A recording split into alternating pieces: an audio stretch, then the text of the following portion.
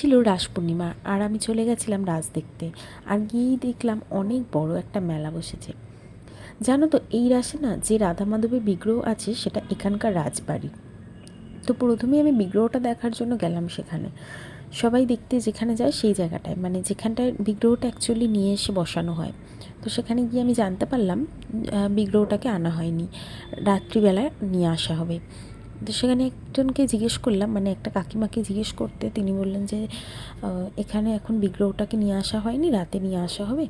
আমি তখন এটা শুনে না ভীষণ মনটা খারাপ হয়ে গেল আমার। আমি ভাবলাম, যা, আমি বোধহয় রাধা মাধবকে আজকে আর দর্শন করতে পারবো না। তো আরেকবার জিজ্ঞেস করতে দেন সে আমাকে বলল, রাজবাড়ির ভিতরে চলে যাও, দেখতে পাবে।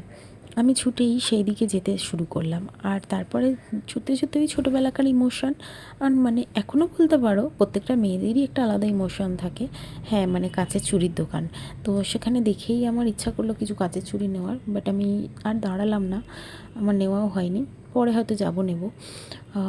তারপরে গিয়ে রাজবাড়ির ভিতরে আস্তে আস্তে প্রবেশ করতেই না আমার মনে হলো, মানে সত্যিই বলছি, মানে রাসের ওই যে একটা এত সুন্দর পূর্ণিমার চাঁদ এবং রাসের ওই দিনটা এত দারুণ লাগে, ওখানে গিয়ে আমি ভীষণভাবে ফিল করতে পারলাম। আর তারপরে সত্যিই আমি রাধা মাধবের দর্শন পেলাম।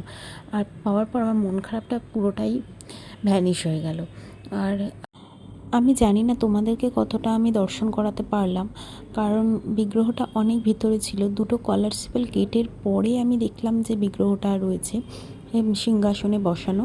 আর বিগ্রহটা না অনেক প্রাচীন বিগ্রহ, সেটা বোঝাই যাচ্ছে যেহেতু রাজবাড়ির বিগ্রহ। আর পিতলের হবে হয়তো বিগ্রহটা। আমিও খুব ভালো করে যে দর্শন পেয়েছি তা নয়, তবে যতটুকু দেখেছি ভীষণ ভালো লেগেছে।